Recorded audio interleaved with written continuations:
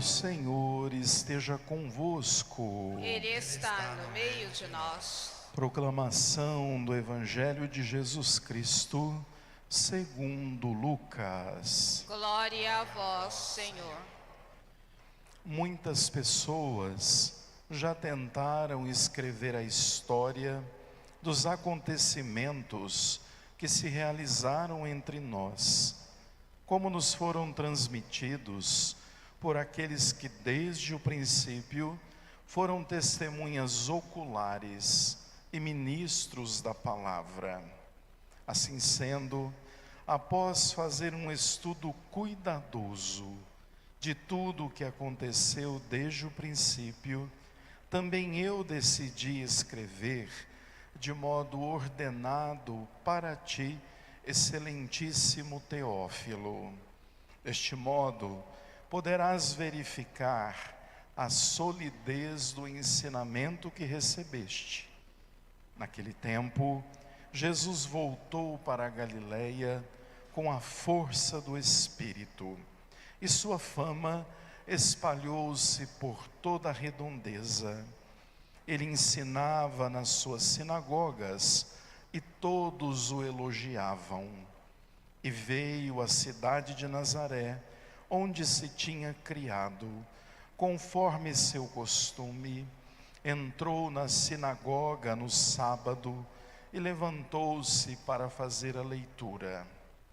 Deram-lhe o livro do profeta Isaías. Abrindo o livro, Jesus achou a passagem em que está escrito: O Espírito do Senhor está sobre mim, porque Ele me consagrou com a unção para anunciar a boa nova aos pobres, enviou-me para proclamar a libertação aos cativos e aos cegos a recuperação da vista, para libertar os oprimidos e proclamar o ano da graça do Senhor. Depois fechou o livro, entregou ao ajudante e sentou-se. Todos os que estavam na sinagoga tinham os olhos fixos nele. Então começou a dizer-lhes: Hoje se cumpriu esta passagem da Escritura que acabastes de ouvir. Palavra da salvação. Glória a vós, Senhor.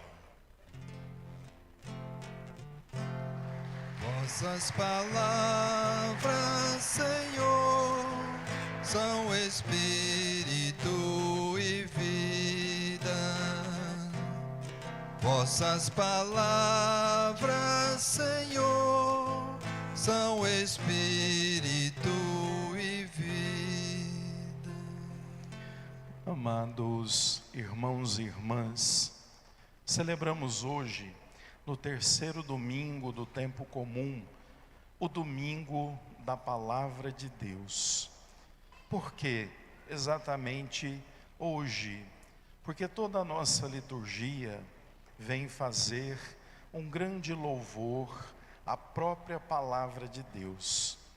Se a gente remonta lá na origem da criação do mundo, no princípio era a palavra e a palavra estava em Deus. Todo o Antigo Testamento, essa palavra foi ouvida, vivida e anunciada, como ouvimos na primeira leitura, uma liturgia em que a palavra de Deus tinha uma força e uma eficácia gigantesca. E num dado momento da história da humanidade, o próprio Deus resolve encarnar-se. E a gente sempre diz, e a palavra era carne e habitou entre nós. E aí, além disso, nós ouvíamos no domingo passado o primeiro sinal de Jesus, exatamente nas bodas de Caná, transformando centenas de litros de água em vinho, abrindo a festa do amor e da alegria. E hoje a gente vê Jesus onde? Na sinagoga, proclamando a palavra de Deus, e depois de proclamar, disse aos que estavam lá: hoje se cumpriu tudo o que estava escrito na palavra. A palavra anunciada dizia de alguém ungido, de alguém que veio para libertar, restaurar, curar e anunciar o ano da graça. E Jesus, de uma forma surpreendente, anuncia a maior novidade para aquele povo. Tudo que foi prometido agora está diante de vocês. Hoje se cumpre a palavra de Deus. Vejam que então, diante desse breve olhar, a gente precisa entender a força da palavra que a liturgia propõe hoje. Cantávamos no Salmo o quanto a palavra de Deus é importante, o quanto a sua lei tem um valor para nós. Mas na primeira leitura, nós temos um relato muito bonito. Quando o povo chega do cativeiro da Babilônia, do exílio, eles são reorganizados por Esdras e Neemias. Neemias era o governador, eles perderam o rei, tiveram que reconstruir o templo. E nesse momento exatamente, Neemias pede para Esdras. Esdras era sacerdote e também alguém que era um conhecedor da palavra, era também um escriba. Então Neemias pede a Esdras que chame o povo e retome a vida de culto, de ação de graças a Deus. Eles tinham perdido tudo isso. E aí a gente ouviu na primeira leitura algo muito semelhante ao que a gente vive hoje. Então, primeiro, Esdras reuniu o povo, fez a saudação, pediu para que o povo escutasse atentamente a lei, a palavra do Senhor. Narrou a primeira leitura que eles ouviram o anúncio da lei ou da Torá, o nosso Pentateuco, durante uma manhã inteira.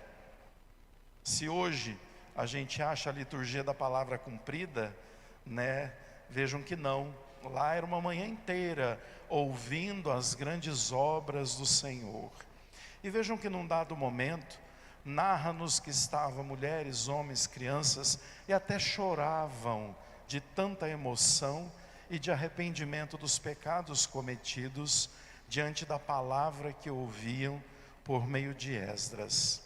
Vejam que aí, depois que ouviram a palavra, Esdras orientou que eles deviam voltar para casa, fazer um banquete, comer de carnes gordas para se fortalecerem e tomarem bebida doce, que era o vinho. Ou seja, se a gente observar bem, liturgia da palavra e liturgia eucarística até hoje da missa, né? Tem o mesmo quadrante lá da história de Israel, dos judeus. Pois bem, quando Esdras envia eles, vai dizer assim: olha, no dia do Senhor não pode ter tristeza, porque a alegria do Senhor é a nossa força. Alegrem-se, porque celebrar a palavra de Deus e depois em casa o banquete é um motivo de alegria. Inclusive orientou que aqueles que não tinham o que comer deveriam receber daqueles que tinham, porque era um dia de muita alegria. Aí a gente olha que na verdade se prefigurou no Antigo Testamento a força da palavra de Deus. E aí lá no Evangelho a gente vê na sinagoga, em Nazaré, na Galileia, no dia de sábado, Jesus proclamando a mesma palavra, a palavra que é de Deus.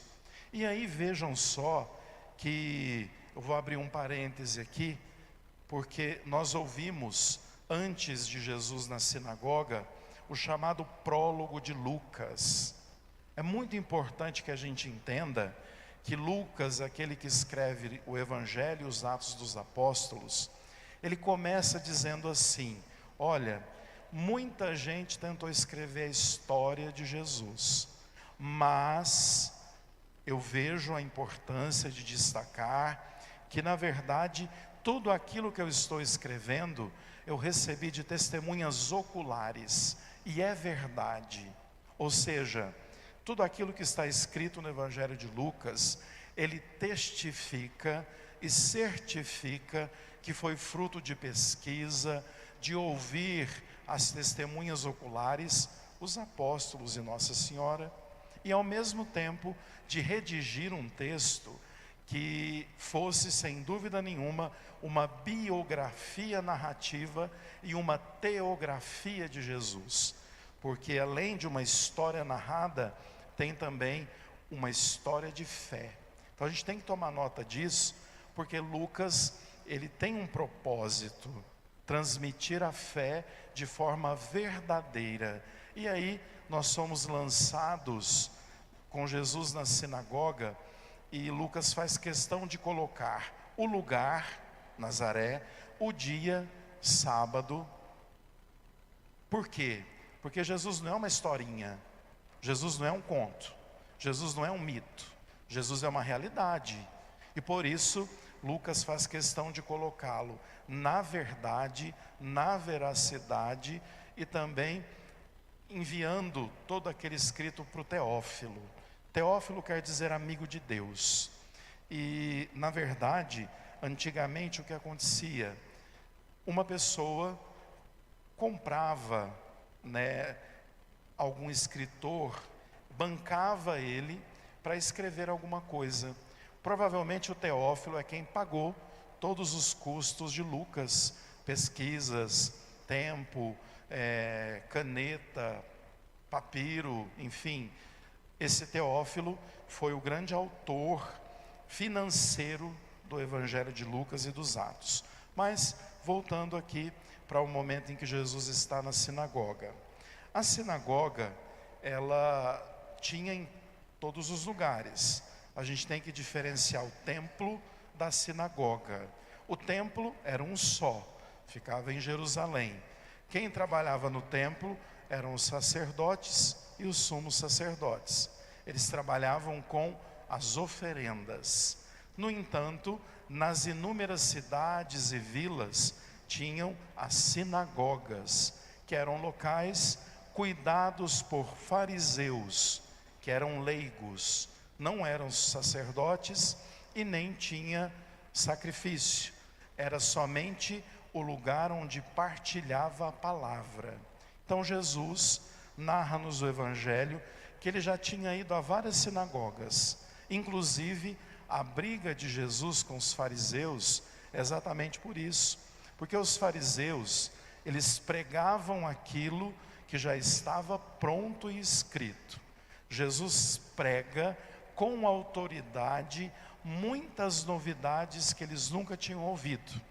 Aí a gente vê que Jesus na sinagoga, a sinagoga, o púlpito, por exemplo, o ambão, ficava no centro, bancos, e as pessoas então ouviam alguns que eram escolhidos para pregar a palavra.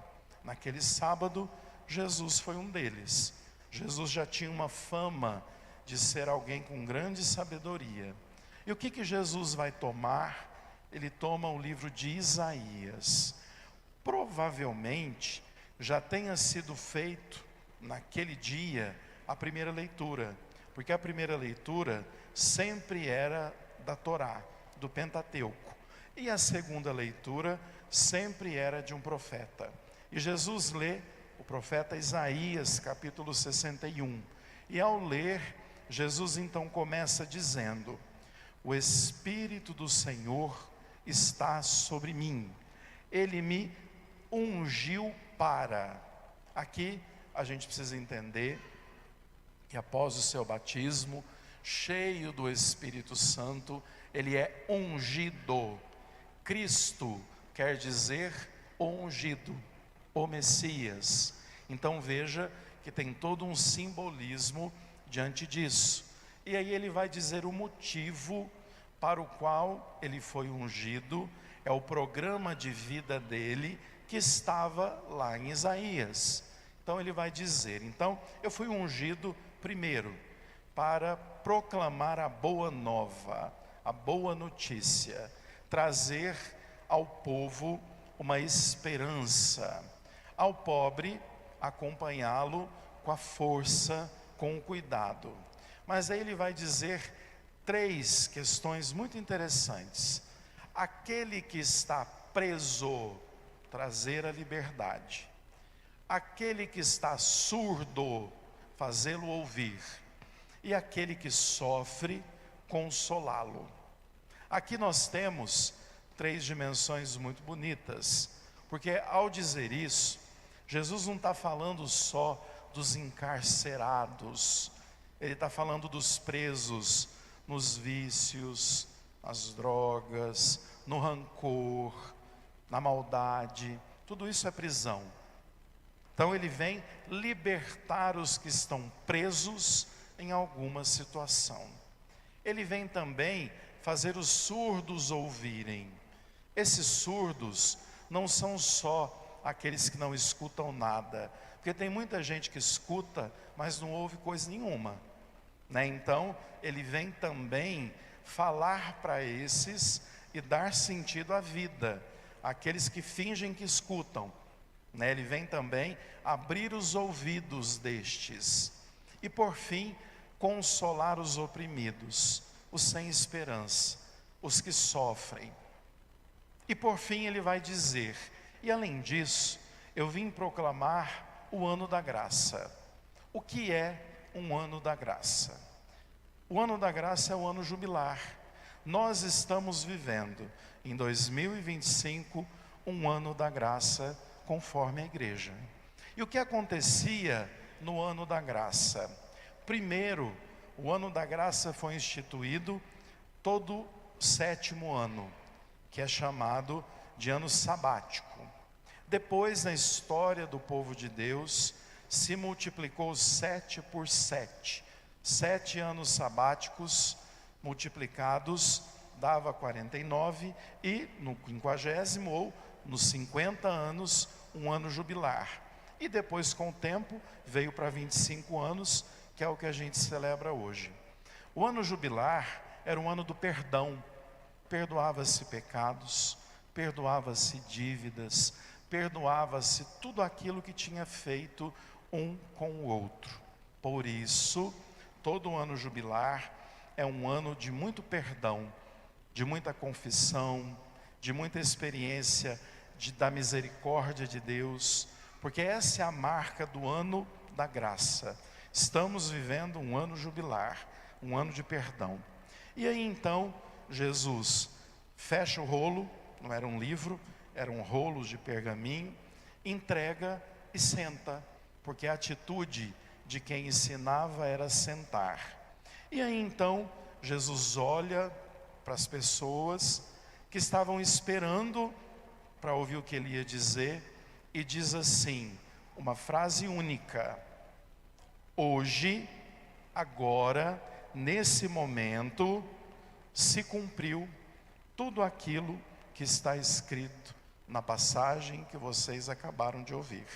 Ou seja, eu sou esse que vim perdoar, proclamar o ano da graça, a boa nova do Senhor, dar vista aos cegos, fazer os surdos ouvirem, os oprimidos serem amparados e consolados.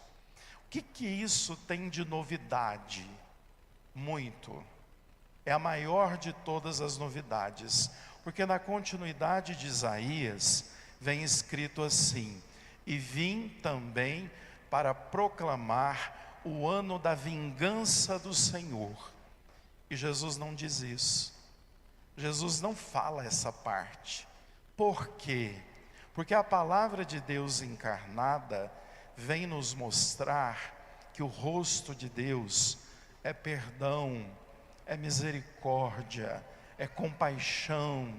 Por isso, é muito importante que a gente organize a nossa cabeça com o nosso conceito de Deus. Tem muita gente ainda que acredita que Deus é um vingador, que Deus é um punidor, que Deus vai te olhar conforme as coisas que você faz. Se você for bonzinho, Ele vai ser bonzinho com você, mas se você for ruim, Ele vai se vingar de você. Isso não existe, gente. Jesus Cristo mostra o rosto de Deus, e o rosto de Deus é misericórdia, é compaixão, é amor, inclusive aqueles que são ruins. A gente pode pensar assim: Deus gosta só de gente que é boa? Não. Tanto que quando chove, não chove só na casa do que é bom, chove na casa do que é bom, mas também chove da casa do que não presta. Porque na verdade, o amor de Deus é muito maior do que o nosso. Quem é vingativo, rancoroso, somos nós. Nós somos assim. E a gente às vezes dá sentimento da gente a Deus, mas Deus não é. Ele é compassivo. Ele ganha as pessoas não punindo, Ele ganha as pessoas amando, perdoando, amparando, cuidando. Então, qual a maior novidade do domingo da palavra do Senhor? Que a palavra do Senhor se encarna não para se vingar de ninguém, nem para ser o justiceiro de ninguém, mas para amar, para perdoar, para consolar e para anunciar o ano da graça. Então vejam, celebrar o domingo dessa palavra é nos perguntar: eu tenho dado atenção à própria palavra que é Deus? Qual é a minha visão de Deus? O que eu trago na minha vida de experiência com essa palavra que me faz perceber que Ele é amor, que Ele é gratuito, que Ele é generoso, que Ele é bondoso? Porque senão a gente pode passar uma vida toda achando que Deus tem sentimentos humanos e que na verdade vive em função de se vingar daqueles que a gente pensa que Ele tem que se vingar. Então que a nossa experiência de Deus seja capaz de olhar para esse texto e perceber que se cumpre tudo aquilo que está escrito, porque Ele veio para ser instrumento do amor. Louvado seja o nosso Senhor Jesus Cristo. Para sempre seja louvado.